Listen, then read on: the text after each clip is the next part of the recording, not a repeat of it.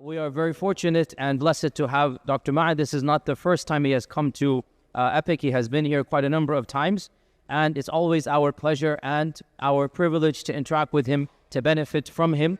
Dr. Ma'ad Al-Qadhi has a PhD in Islamic finance and Islamic studies from the American Open University, which is accredited by link to Al-Azhar University, and he also has a bachelor's from Al-Azhar University, and he's also the founder and the dean of a number of seminaries. Is involved with the Dawah. He is one of the senior members of the American Muslim Jurist Association, AMJA. He sits on their executive council, and he is one of the well-known du'at in the world, especially in the field of Islamic finance. And so we're very fortunate and welcome to have him once again. Dr. Ma'ad, Jazakallah khair for coming. Welcome to our community. Jazakallah khair. Thank you. Alhamdulillah.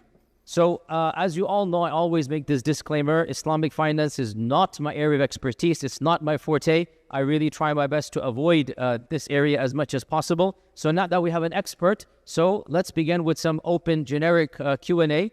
And if I have some discussion points, not because I'm worthy of a discussion in this topic, but because I'm reading. So if I have a misunderstanding, we might go back and forth a little bit. But let nobody misunderstand that I am speaking as a contemporary to the Sheikh in this field, not at all. I am a minor student of knowledge in the field of Islamic finance, and I'm simply just, reading and learning and benefiting from our Sheikh. Bismillah. So, Sheikh Al-Kareem, a generic question. For the average lay person, what makes a contract Islamic and not? What is Islamic finance in a nutshell? 5-minute crash course. What is the average person supposed to know about the concept of Islamic finance? Jazakallah khair. Assalamu alaikum wa rahmatullahi wa barakatuh. Bismillah, alhamdulillah, wa salatu wa salam ala rasulullah wa ba'd. Several things actually we take into consideration to consider any contract or any project or any agreement as an Islamic one. Number one, we consider the outcome results or the final product of this engagement. What are we trying to produce? Is it something acceptable within the values of the Muslim community? Does it contradict the ethics of the Muslim community? I always say permissibility overrides feasibility. Permissibility overrides feasibility, which means that even if a certain project is so profitable, as long as that project or that product is in a clear contradiction with the values of the Muslim community, it has to be banned. Anything related to haram that we all are aware of. And second of all, when there is an Islamic finance practice, everybody actually is involved to or expected to have the highest level of transparency and integrity. So there is nothing called like jahala or gharar. Everybody knows from day one who is contributing what and who is doing what. Who is providing the money, who is doing the labor work, who is doing the management, what if there is a profit, what if there is a loss, and so on and so forth. So no surprises as we go. No one can say, well, I didn't know that. No one told me that, I'm not responsible for the profit or for the loss. Number three,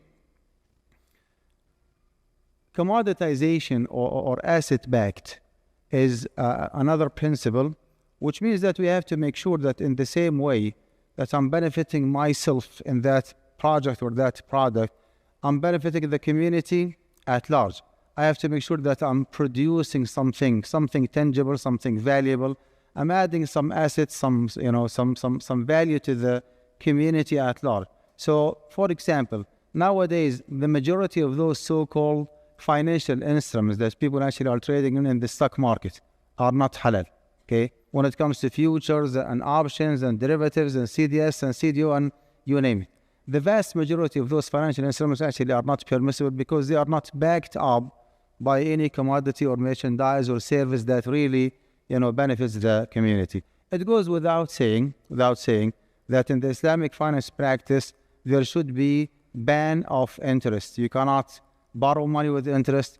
You cannot lend money with interest. You cannot participate or facilitate any interest-bearing transaction. If all these different, I would say, standards are taken into consideration, then we can confidently call this project or this product an Islamic one. Something just really quickly, if the most important maybe characteristic of the Islamic finance is the ban of interest or riba, well, riba was prohibited in Judaism. Allah subhanahu wa ta'ala said in the Quran, He said, وَأَخْذِهِمُ الرِّبَا وَقَدْ نُهُوا عَنْهُ.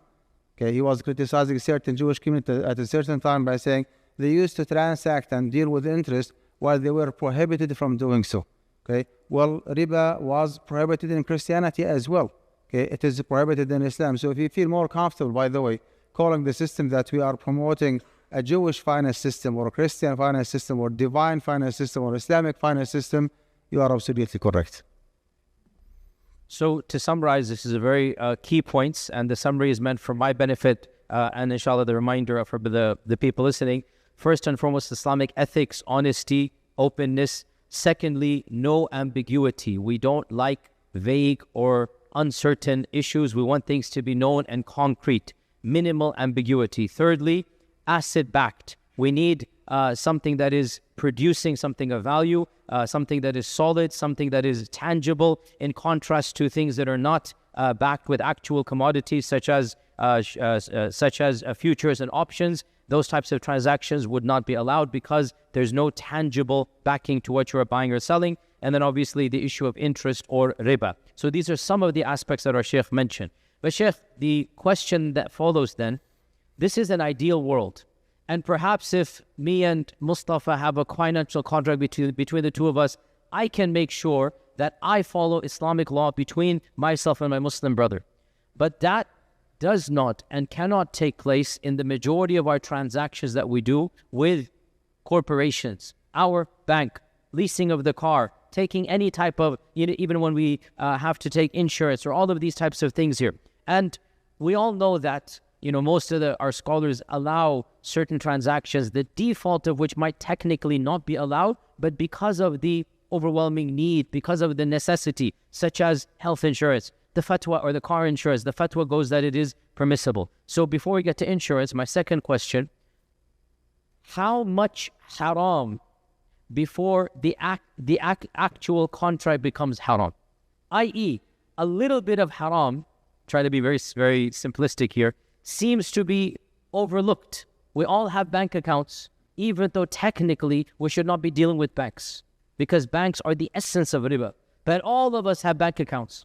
Almost all of us have credit cards, even though technically we should not have credit cards because credit cards, the condition that you sign on is that you're going to be paying an interest if you don't pay on time. And I can go on and on over all these examples that you're aware of. So before we get to the technicalities of which, which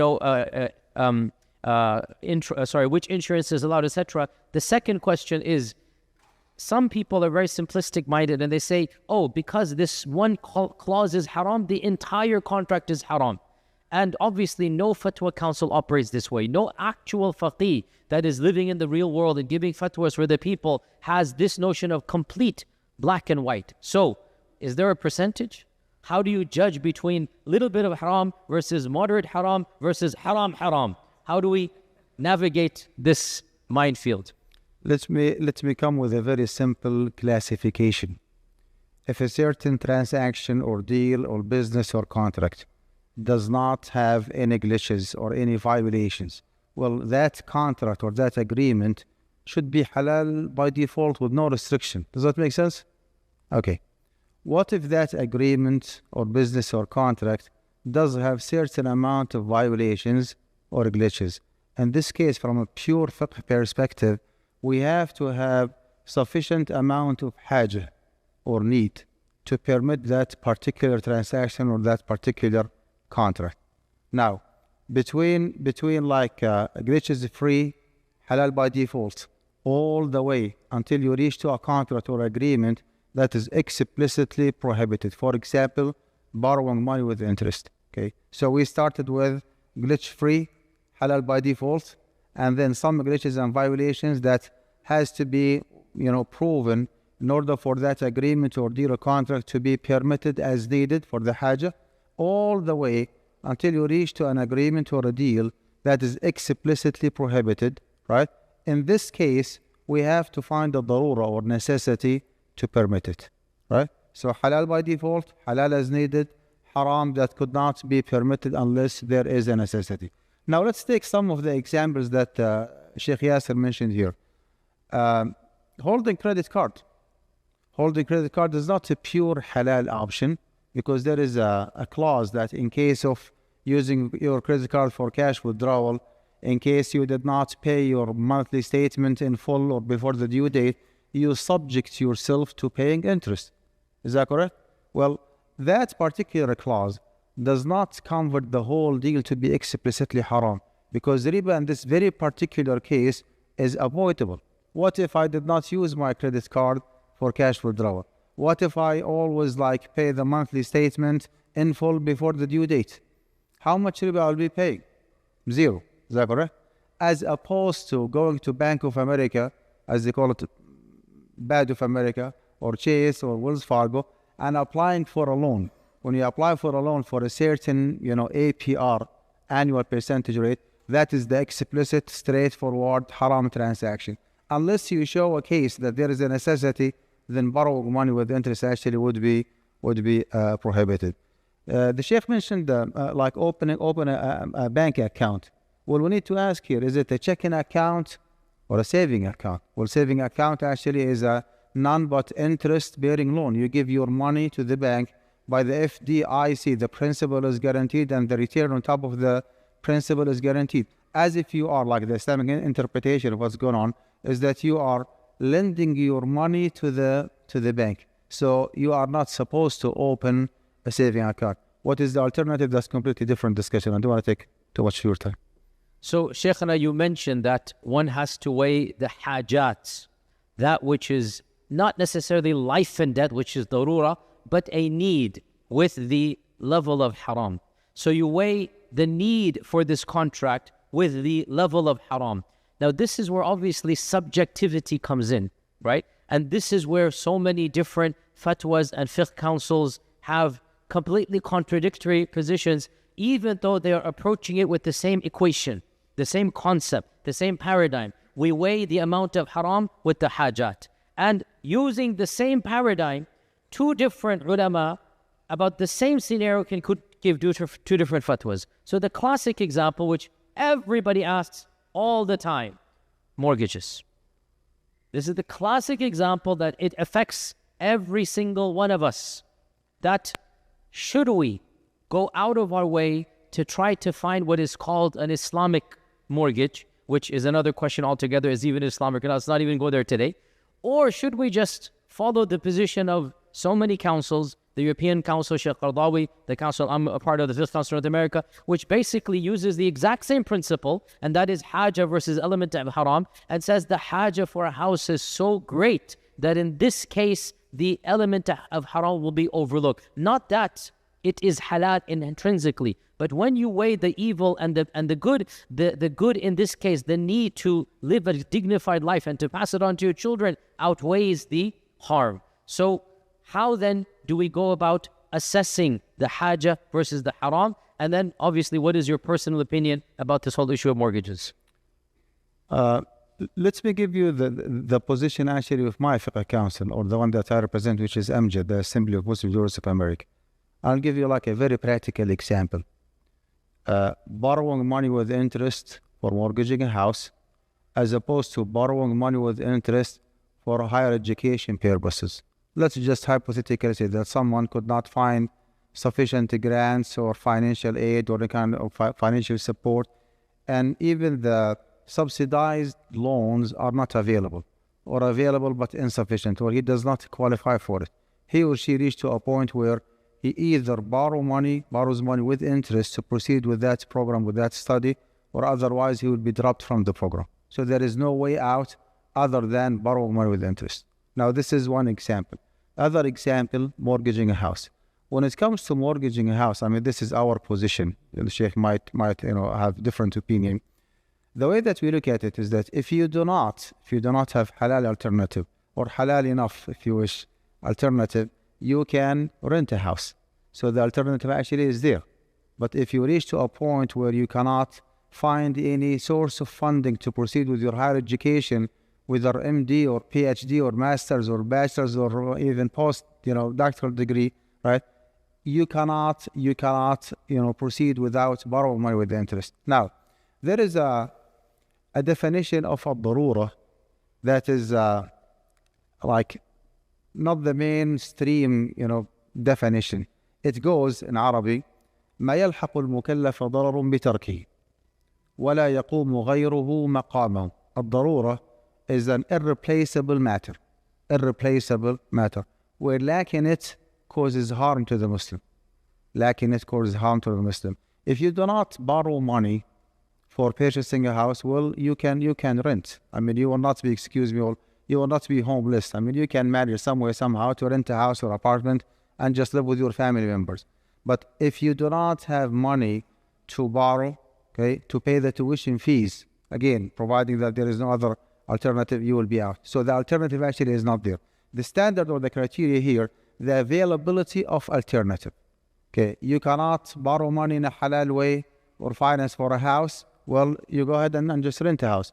You cannot borrow money for higher education. You can borrow money with interest, and you will be exempted from the default rule of haram. So our official position that borrowing money or taking unsubsidized loan for higher education purposes for Muslims living in the USA is permissible as a kind of dispensation or exemption from the default rule. So that is the position or the way that we differentiate between the haja and darura. To keep it very simple, the availability of alternative. Now, so Sheikh, Jazakallah khair, when I'm having this discussion, astaghfirullah, I'm not meaning to push back at all, but just for education purposes, so that we are aware why this diversity exists. So hear me, Shaykhana, I am a student in front of you. So understand, Shaykhana, that when you're saying that when there's no alternative, then it becomes permissible, you understand that that is contested by other people. So for example, you're saying, and of course, Amja is near and dear to me. I participate every year, second year. I love every single person there. And the Fiqh Council, which I'm a part of, is of course near and dear to me. The two councils are slightly different in their methodologies and their fatwas. And this, what our Shaykh has said, is one of the classic examples. And I'm bringing this up intentionally so that you see, despite the fact I love our Shaykh immensely, our council politely disagrees with Amja's fatwa on this issue. How so? Because Amja is saying, with utmost love and respect to them, they are saying a student loan is halal, but a mortgage is not. And they say the student loan doesn't have an alternative. But with utmost love and respect, we say it's not wajib to be a doctor. If you want to be consistent, then khalas, take a minimum wage job or something, $10 an hour, and don't take the student loan. And you're still going to eke out an existence. You're not going to starve on the street. But the fact that there is an understanding that we don't want this for the ummah. We don't want them. Why should the ummah have to? It's literally, we need civilizational strength.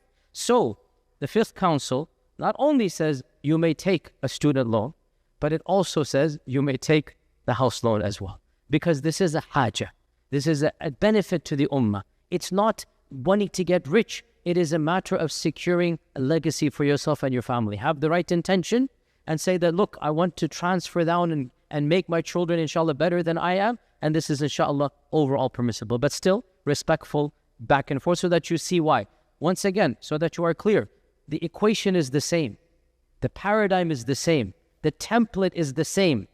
In the application, Amja went one way, the Fiqh Council went slightly different. We both overlap. We allow student loans. We both overlap. But the one also allows a house because with conditions, obviously. The same Qadhi conditions, nothing new, the same Qadhi conditions. And the other says, no, they think it's not a haja. And I respect Amja's opinion, and I politely have the Fiqh Council that I would give if somebody were to ask me, inshallah. Now we get to the other issue, Shaykhana. This is going to be far more back and forth, inshallah. Or maybe not. I don't know your opinion. Let's find out. Another classical controversy, insurance. So, firstly, can you explain why is insurance problematic according to the dominant opinion? Why is it problematic? Then secondly, what types of insurance then would be haja versus darura versus not allowed? So what is your analysis of insurance as a whole? Bismillah. Well, there is an official position of Amja, in one way, and there is a personal opinion of B. Okay, that's completely different from AMJA position. So let me start with the official position of AMJA. We go with the mainstream fatwa that any kind of government-based or mutual-based insurance is halal by default, because the government is not looking forward to make a profit, and the mutual, insurance, there is no contradiction. There is no like shareholders as opposed to policy holders. All the proceeding will be paid back to the shareholders, who are by default the account holders. Only when it comes to stock-based companies, I mean, this is, again, I'm just narrating the mainstream fatwa, right? They said that you have in the insurance company, you have two different bodies.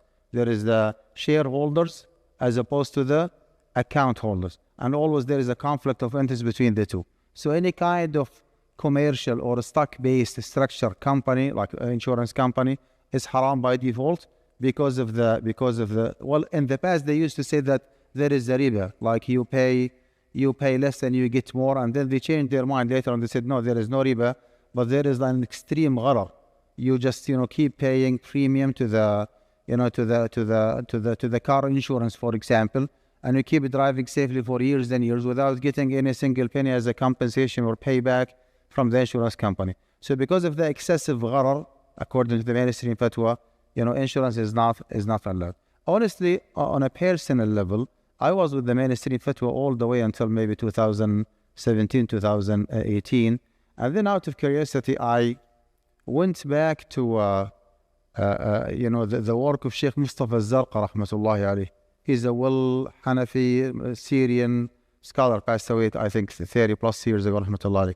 So I went back and read that book, okay, word by word, sentence by sentence, twice.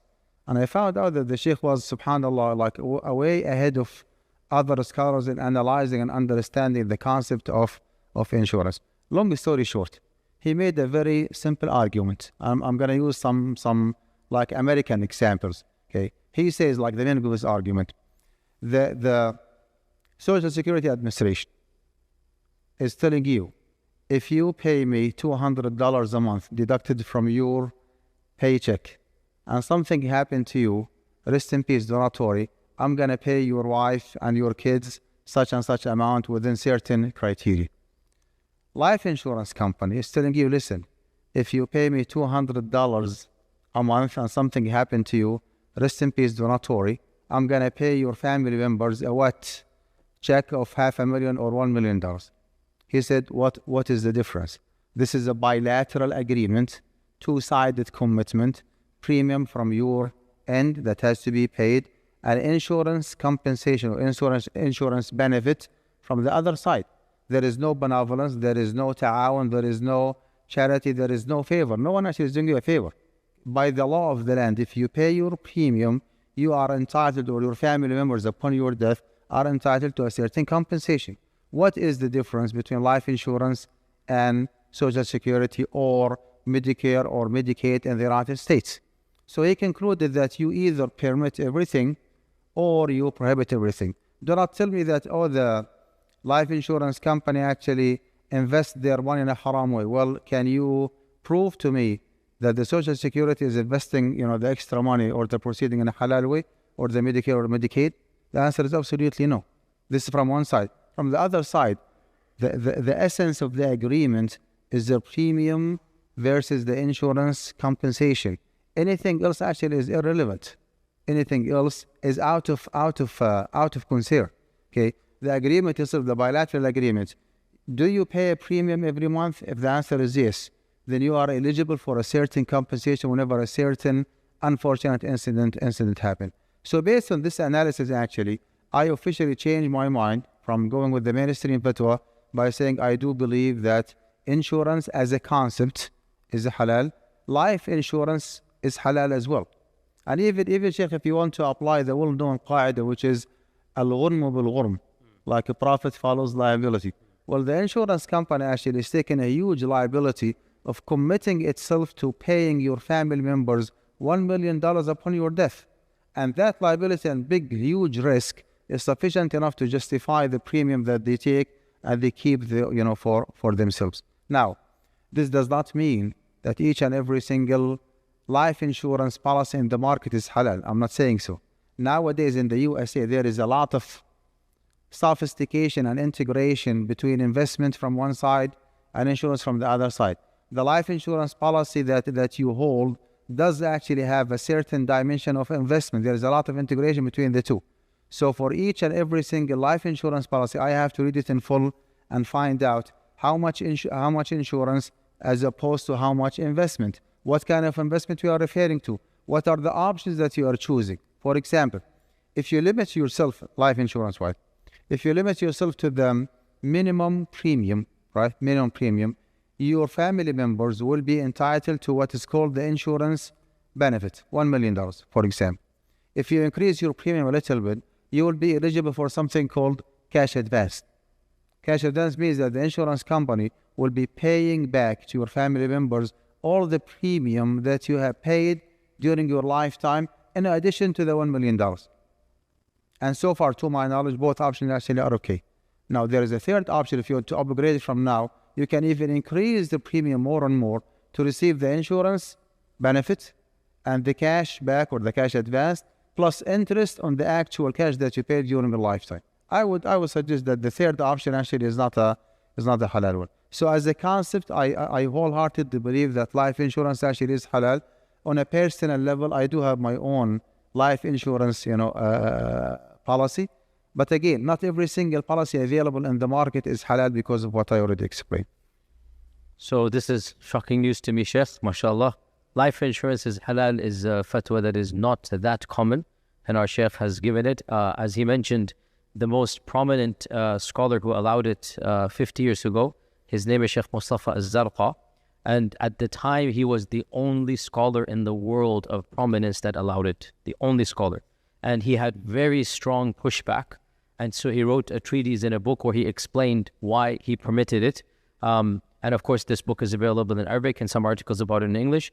To this day, the majority of councils, including AMJA, and believe it or not, in this case, even the fiqh council is more conservative than the sheikh. So being conservative and liberal doesn't mean anything when it comes to fiqh. So here we have a classic example. Even the fiqh council, as of yet, has not given the fatwa that life insurance is halal. The perception is, I'm sorry to be stereotypical, the perception is I'm just more conservative than the fiqh council. There's an element of truth. Yet, the devil's in the details, the saying goes. Life insurance is a very, very contested issue, and the vast majority of fuqaha and councils do not permit it, including AMJA, does not allow it as officially. But the Shaykh is saying, and of course AMJA appreciates and allows individual members to have individual opinions, right? So the individual opinion is not ascribed to the organization. So very clearly the Shaykh said, make sure you do not misquote him, AMJA's official position, the American Muslim Jurists Association. And as of yet, Fiqh Council, however, you should be aware the Fiqh Council is debating this issue, and I don't know where it's going to head. As of yet, even the Fiqh Council, both of them have said life insurance is not allowed. However, Dr. Ma'an al-Qadhi is an expert, and he is saying that it is permissible with these conditions. And this goes to show you this ambiguity and diversity exists. Two more questions, we'll call it a day, inshallah. Second to last question. And I know you'll have a seminar on zakat tomorrow. So guys, you need to attend tomorrow's seminar. Make sure you attend. Bring your pen and paper, take notes, ask questions. There'll be plenty of time for Q&A. But to ask a very juicy question, very soon a fatwa will be released by the Fiqh Council that allows zakat, or I should be more precise, a portion of one's zakat, not all of it, to be utilized for political lobbying for the sake of protecting the ummah. Political lobbying, just for example, Gaza. For example, what is happening now in Gaza. If we come across a politician that wants, and his promise, and it seems clear from his, and again, only Allah knows ilm al-ghaib, it seems clear he wants to try his best to stop Gaza, the genocide, I should say.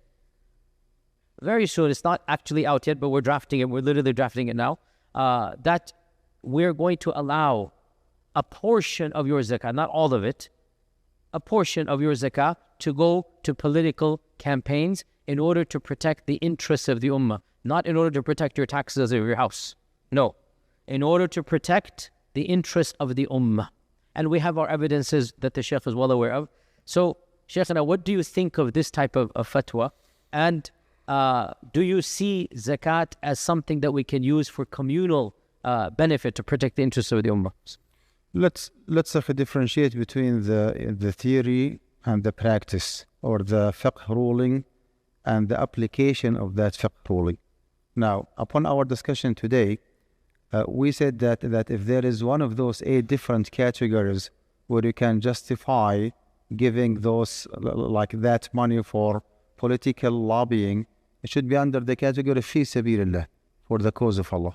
Now, all the contemporary fiqh councils are unanimous that fi sabilillah does not necessarily mean the actual military jihad, any kind of effort to establish and to empower the deen of Allah subhanahu wa ta'ala could be interpreted as jihad, with the general, meaning of the term jihad, which is to struggle or to strive to establish, something good for the deen of Allah Azza wa Jal.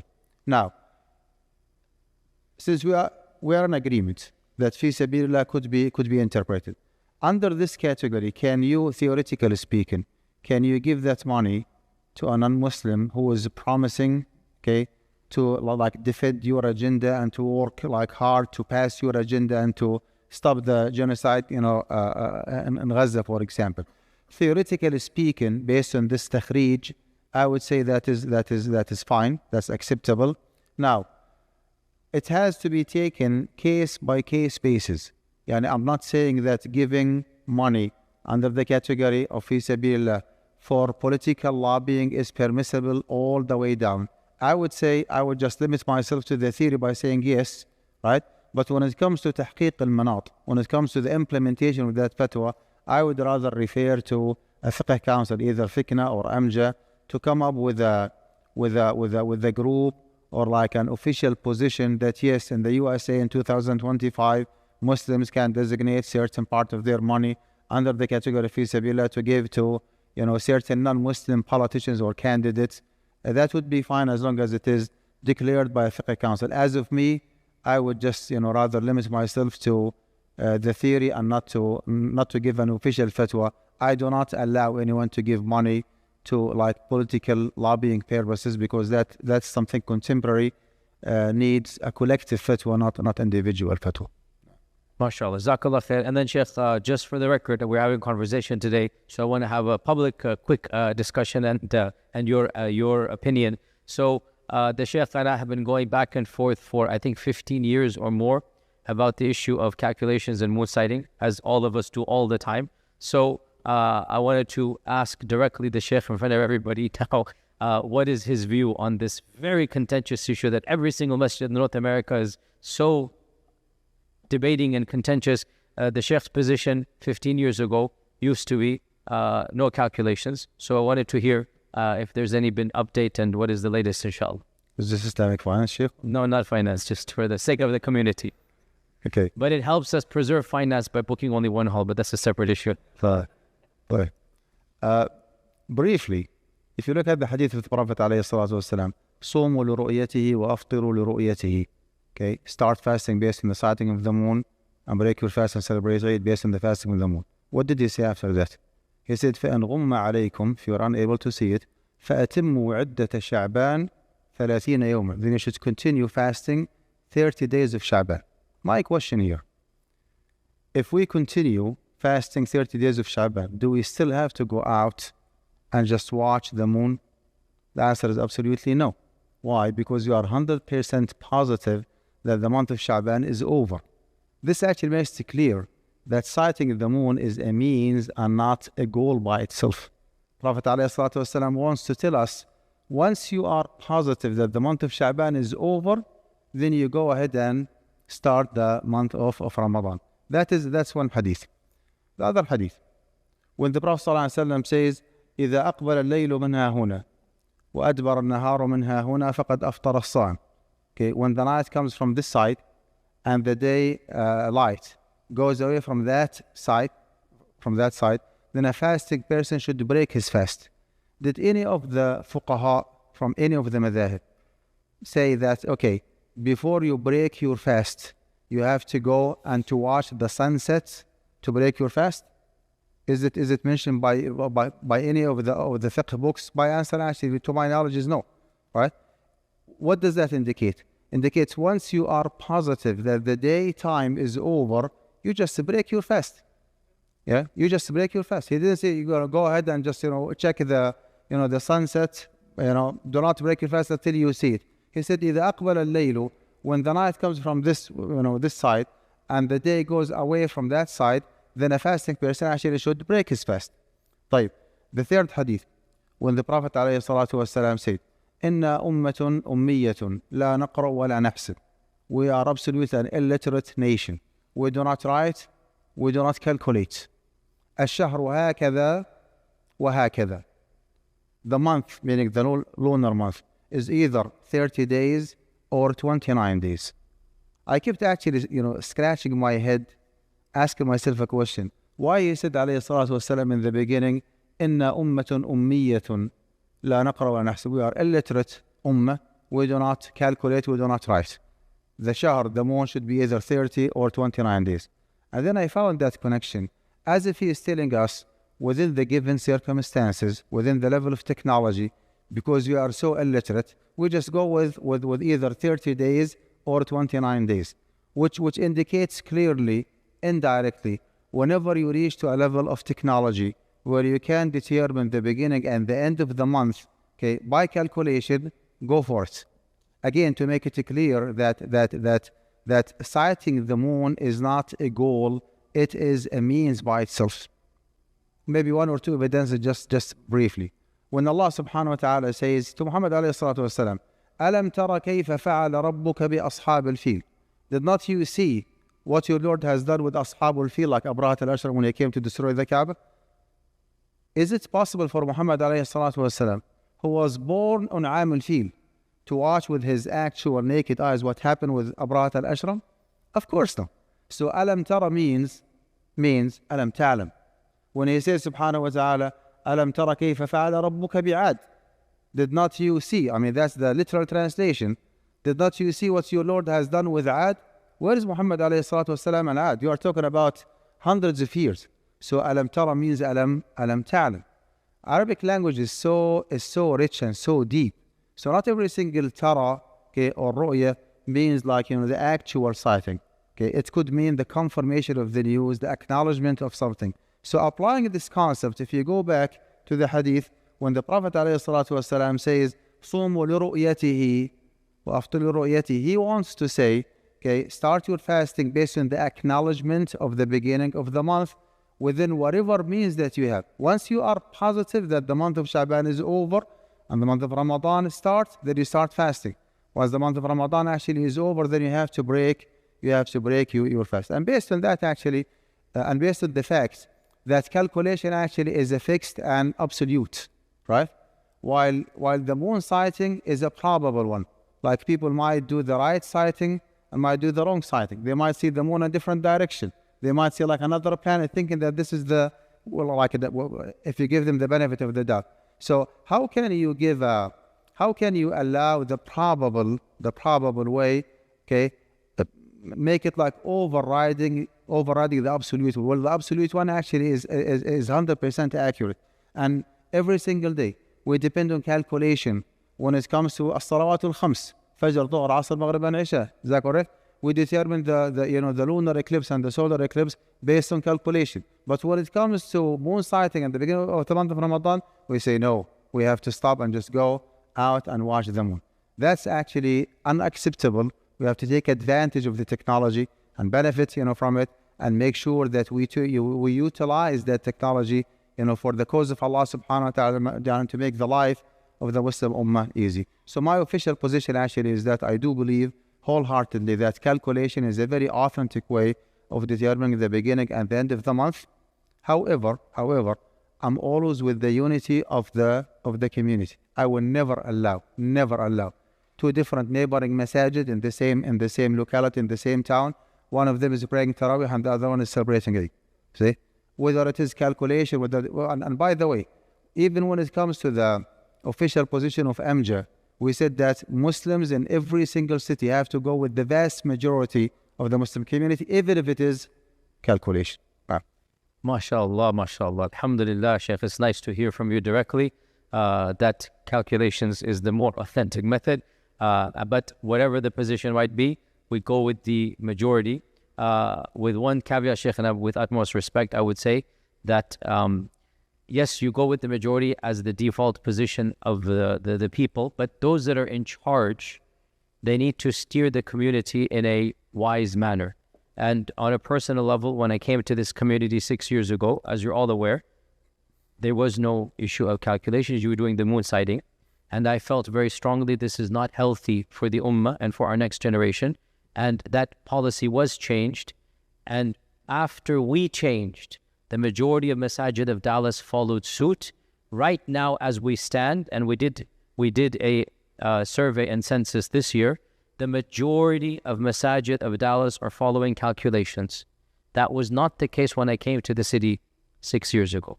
So there's a difference between the people of the masjid and the people in charge of the masjid. The people of the masjid follow their local masjid. And our neighboring masjid might have a different opinion. We respect them. And we tell the people of that masjid, follow your board. No problem. That's what I said when I was asked. But board to board and sheikh to sheikh, that's a different conversation. And we have the right to work behind the scenes. And some of us are working behind the scenes for the last 6 years. We have the right to work behind the scenes to bring about a supermajority. And that is a different mechanism or reality than, the masses should follow the board and don't cause any confusion at all. No hatred, no animosity, no. But boards can work behind the scenes, and that is what is happening, inshallah. It is getting late, Shaykh al-Kareem. So inshallah ta'ala, with this, we will stop for today.